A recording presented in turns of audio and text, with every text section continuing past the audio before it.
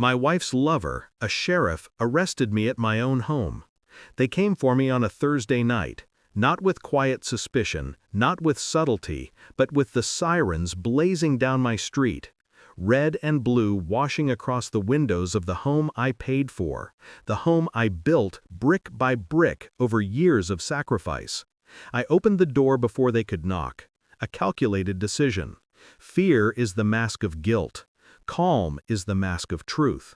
But when I saw his face, the county sheriff, broad-shouldered, jaw clenched, hand already resting on his holster, I felt the ground shift beneath me.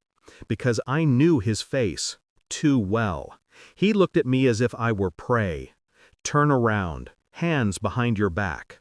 Behind him, she appeared, my wife of 12 years, standing in the doorway like an actress waiting for her cue.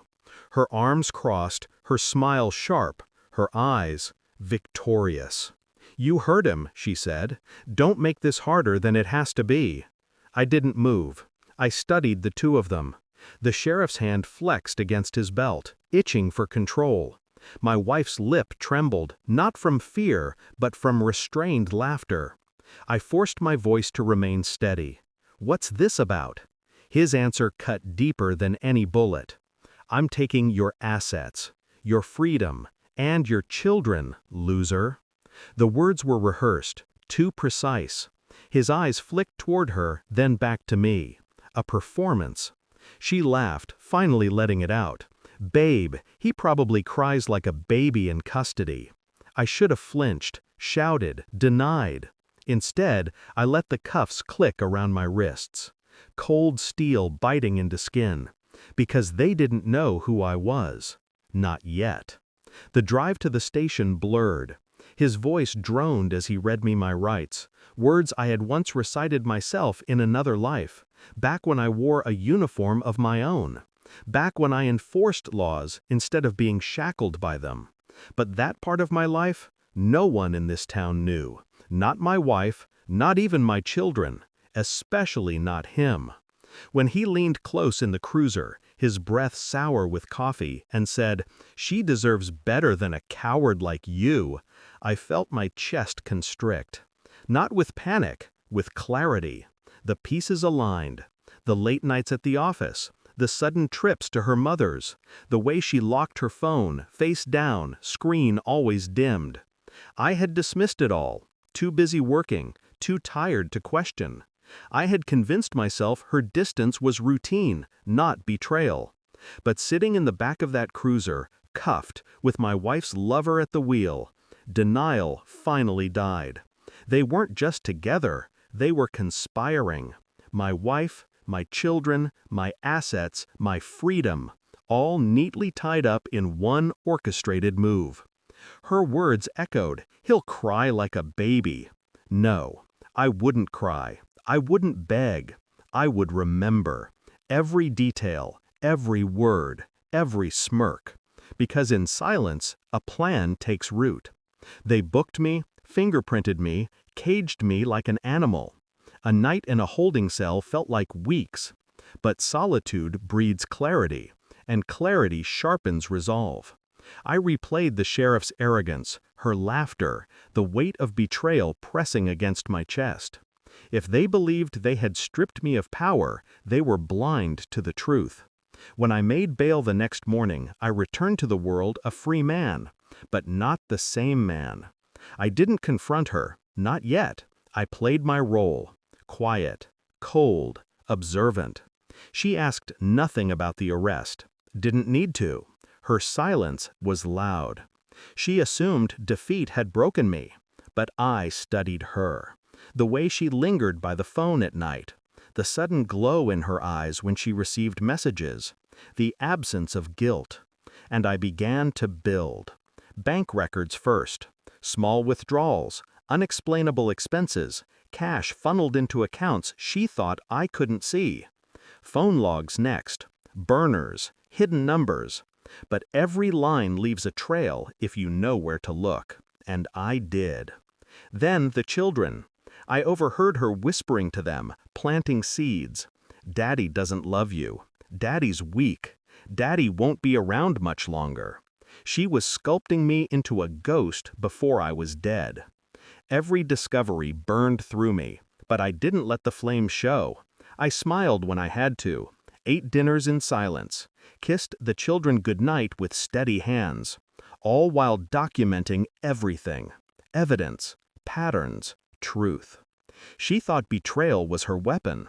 She didn't realize betrayal was also her trail. The final blow came in a manila envelope: DNA results. Not one child was mine. I sat at the kitchen table that night, the house quiet except for the hum of the refrigerator. The papers spread before me like a death sentence. My hands didn't shake. My breathing didn't falter. Inside, something cracked. Not loud, not violent, just a silent fracture, the kind that leaves no trace until the entire structure collapses. She walked in, barefoot, wineglass in hand, saw the envelope, paused. "What's that?" I didn't answer. I slid the papers across the table. Her eyes scanned, her lips parted. For the first time, her mask slipped. You went behind my back?" she whispered. A laugh almost escaped me. Behind her back, as if betrayal was a one-way street. I leaned back in my chair, my voice low, steady. "Whose children are they?" Her silence was confession enough. Tears welled, but not from regret, from exposure, from the realization that her stage had collapsed mid-performance. The sheriff's children. Mine in name only, his in blood. She broke first, slamming the papers onto the counter. "You don't understand. He's strong. He can protect us. You were always weak." I didn't move, didn't blink. Because strength isn't volume. Strength isn't fists. Strength is silence, and patience, and timing. The sheriff arrived 2 days later, bold as ever, pulling into my driveway like he owned it. She rushed to meet him, hair still wet from the shower, as if greeting a savior. I waited at the door, calm, prepared. When he stepped inside, smug grin plastered on his face, I handed him a folder.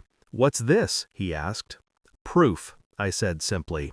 He flipped through: bank records, phone logs, photographs, DNA reports, a timeline stitched so tightly it could choke. His smile faltered. "You've been spying?" "No," my voice cut through. "I've been watching. There's a difference." She grabbed his arm. "Don't listen to him. He's desperate." But the sheriff's eyes betrayed him. He knew. He knew the law, the system, the game. And he knew the evidence in his hands was enough to burn him alive. I stepped closer, lowering my voice until it was a blade against his ear. "You arrested me in my own home. You humiliated me. You thought you'd take everything. But I'm not the man you think I am." He stiffened. "I worked internal affairs before I came here," I whispered. "Every contact you've got, every deal you've made, I know how to follow the trail.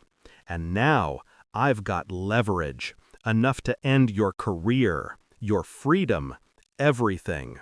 His jaw clenched. She looked between us, panicked. What are you saying?" I finally allowed myself a smile. Cold, final. "I'm saying you chose the wrong man to betray." I walked past them, leaving the folder in his trembling hands. The silence behind me was sweeter than any plea. I didn't return to that house. Not that night. Not ever. Within weeks, his resignation made headlines: corruption, affairs, abuse of power. My evidence had been leaked, anonymously, to the right people. She tried to call, left voicemails layered with venom, then desperation, then silence. The children, his children, would grow up never knowing the full truth. That was her punishment, not mine. I rebuilt quietly, a new place, a new name on the lease, a life stripped bare, but clean. People asked if I missed them, if I mourned. But you cannot mourn what was never yours. In the end, betrayal didn't destroy me. It defined me. It refined me. I had been weak once, blind, naive. Not anymore. The last thing I told myself, standing at the window of my new home, watching the sun without her shadow, sometimes the only way to win is to let them choke on their own lies. And I never looked back.